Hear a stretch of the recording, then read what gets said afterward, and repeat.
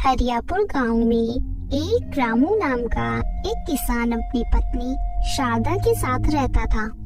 रामू था तो बहुत ही अक्लमंद, लेकिन एक नंबर का आलसी भी था। अरे सुनती हो, जरा मेरी थोड़ी मदद करो इन लकड़ियों को रसोई तक रखवाने में, मुझसे अकेले नहीं हो पाएगा। अरे तो मेरी भाग्यवान, अपनी इस लंबी जुबान से कोशिश करके देखो, हो सकता है तुम इसे उठाने में कामयाब हो जाओ। रामू की पत्नी शारदा रामू को जब भी कोई काम बताती तो वो ऐसे ही जवाब देकर वहाँ से चला जाता और जहाँ कहीं भी सोने की जगह मिलती वहाँ जाकर सो जाता और शाम को बिना कोई काम करे वापस अपने घर आ जाता। किसी दिन कुछ पैसे कमा भी लेता तो जब तक घर का सारा सामान खत्म नहीं हो जाता वो वापस कमाने नहीं जाता। उसका आलस देखकर उसकी पत्नी बहुत परेशान रहती थी। अरे आलसी महाराज, उठ जाओ, कम से कम आज तो कुछ काम कर लो। सुबह से बस सो रहे हो और अब तो घर का सारा राशन भी खत्म हो गया।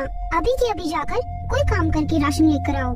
फिर आलसी रामू उठ जाता है और घर के बाहर जाकर सोचता है, अरे यार, ये राशन भी आज ही खत्म होना था। मुझे कितनी जोरों की नींद आ रही थी।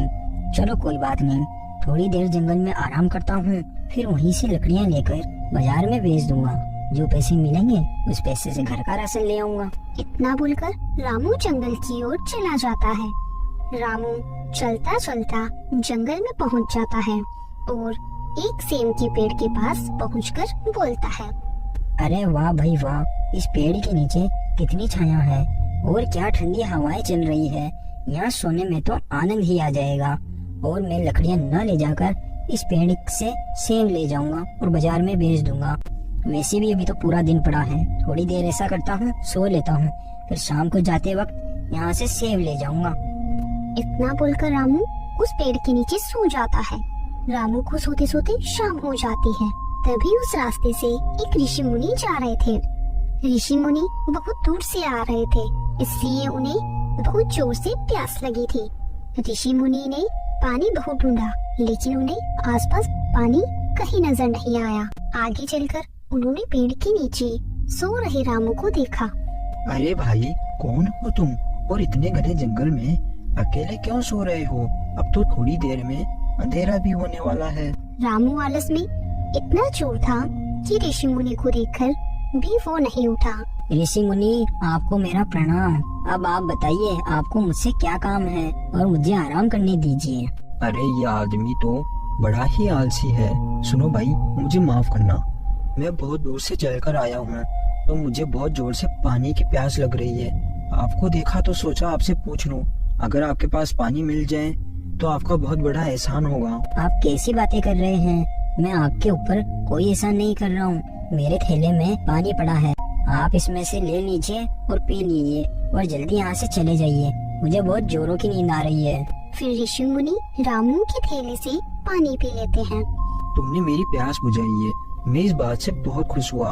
अगर तुम्हें मुझसे कुछ चाहिए तो तुम मुझसे मांग सकते हो। अरे ऋषि मुनि, आपने अगर पानी पी लिया है तो कृपया करके यहाँ से चले जाइए और मुझे थोड़ी देर सोने दीजिए। ऋषि मुनि को रामू की बातें अजीब लगी, इसलिए वो वहाँ से चले जाते हैं। जब शाम हुई तो रामू सेब इकट्ठा करके बाजार की ओर निकल जाता है और बाजार में सेब को बेचकर अपने लिए राशन लेकर घर चला जाता है। इस बार का उसका लाया हुआ राशन बस केवल 3 ही दिन चल पाया। सुनो जी, आप कब तक ऐसे ही करते रहोगे? चुपचाप यहाँ से जाओ और अच्छे से काम करो और घर का राशन लेके आओ। शारदा के डांटने पर रामू फिर से वहाँ से चला गया और फिर से उसी सेम के पेड़ के नीचे जाकर सो गया। थोड़ी देर में फिर से वो ऋषि मुनि वहाँ आए। अरे बेटा देखो, तुम्हारे पास एक सेब पड़ा है, उठ जाओ और उसे ले लो, नहीं तो कोई जानवर खा जाएगा। अरे ऋषि मुनि, आज आप फिर आ गए। अगर आपको ये सेब चाहिए तो आप ले लीजिए, लेकिन मुझे परेशान मत कीजिए और यहाँ से जाइए, मुझे सोने दीजिए। अगर तुम उठो तो मैं तुम्हें एक चीज दूंगा जिससे तुमको जिंदगी भर कभी कोई काम नहीं करना पड़ेगा। ऋषि मुनि की ये बातें सुनकर रामू तुरंत उठ खड़ा हुआ। ऋषि मुनि, क्या सच में ऐसा हो सकता है? फिर ऋषि मुनि ने अपना एक कड़ा निकाला। ये लो बेटा, तुम ये कड़ा ले लो, ये बहुत ही कीमती कड़ा है। तुम इस कड़े से जीवन भर अपने परिवार का और अपना पेट भर सकते हो। फिर ऋषि मुनि रामू को कड़ा देकर वहाँ से चले जाते हैं। कड़े को पाकर रामू मन ही मन बहुत खुश हो रहा था। उसने कड़े को हाथ में पहना और सेम लेकर अपने घर की ओर निकल पड़ा।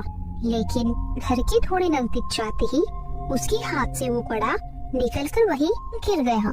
फिर कुछ महीनों तक ऐसे ही चलता रहा। तो एक दिन रामू जब उसी जंगल में सेम इकट्ठा कर रहा था तो वहाँ वो ऋषि मुनि आ जाते हैं। तुम फिर से यही सेब इकट्ठे कर रहे हो? मैंने तुम्हें जो इतना कीमती कड़ा दिया था उसका तुमने क्या किया? ऋषि मुनि, जब मेरी किस्मत में यही सब करना लिखा है तो आपके कड़ा देने से मेरी किस्मत थोड़ी बदल जाएगी। और वो कड़ा तो पता नहीं रास्ते में कहाँ गिर गया। देखो बेटा, तुम बात तो बिल्कुल सही कह रहे हो। जो भी अपनी किस्मत में है वही मिलेगा।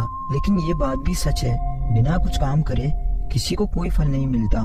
रुको, मैं तुम्हें अभी दूसरा कड़ा देता हूँ। नहीं ऋषि मुनि, मेरे पास जो कुछ भी है मैं उसी से अपना काम चला लूंगा। ठीक है बेटा, लेकिन एक बात हमेशा ध्यान रखना, जो जितना मेहनत करता है उससे फल उतना ही मीठा मिलता है। इसलिए तुम अपना आलसीपन छोड़ो और मेहनती बनो। इतना बोलकर ऋषि मुनि वहाँ से चले जाते हैं। फिर रामू ने भी अपना थैला उठाया और अपने घर की ओर चल पड़ा।